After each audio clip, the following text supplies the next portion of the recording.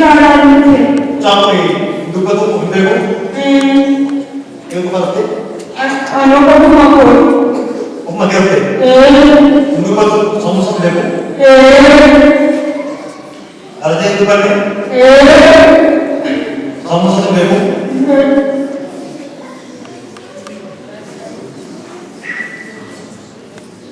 Cuma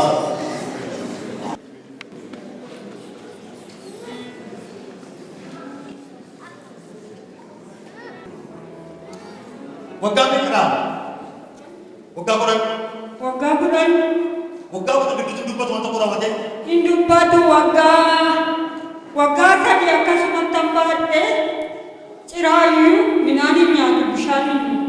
Nyatu tuh. Induk batu.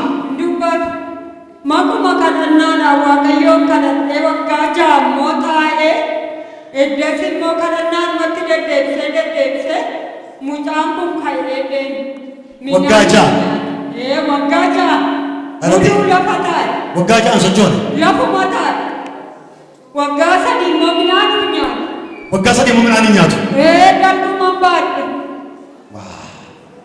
Agar tadi ada tiap kapuran wagaja ansojone. Wagasa di butuh mominani nya. Bisan tuh. Arabnya sama cara merawat itu batu.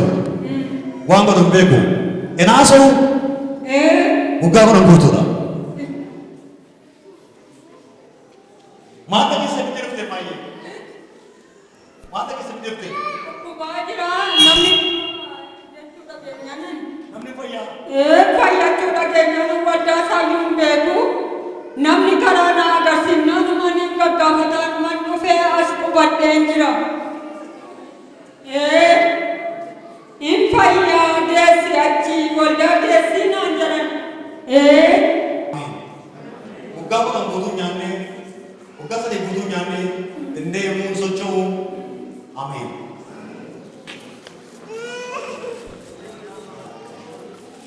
Adi jerata. Adi jerata. Apa nih mereka nasau? Asal aku baca aku manjadu. Evidente pun jalan kue.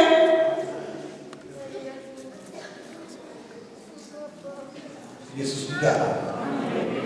Wanti nama pendandang ni sa pendandang. Wanti oke sa pendandang ni sa pendandang. Wanti adunya pendandang ni sa pendandang. Wanti biar apa kesati berusaha adunya sa pendandang ni sa pendandang. Maqaa gooftaa Yesuus Kiristoosiin ammaa kaasee arraba kee keera. Maqaa gooftaa Yesuus Kiristoosiin ammaa kaasee akka ati nyaattu, akka ati bishaan dhugdu, akka ati buddeen nyaattu maqaa Waaqayyoo si gubbaatti abboomeera. Maqaa gooftaa Yesuusiin arrabi kee ka dubbatu. Maqaa gooftaa Yesuusiin ammaa kaasee, maqaa gooftaa Yesuusiin ammaa kaasee, maqaa gooftaa Yesuusiin ammaa kaasee sii keera. Sii keera maqaa Yesuusiin. Sii keera maqaa Yesuusiin. Sii keera maqaa Yesuusiin. Sii keera maqaa Yesuusiin. Sii keera maqaa Yesuusiin. Hiikai maqaa Yesuusiin. Hiikai maqaa Yesuusiin. Hiikai maqaa Yesuusiin.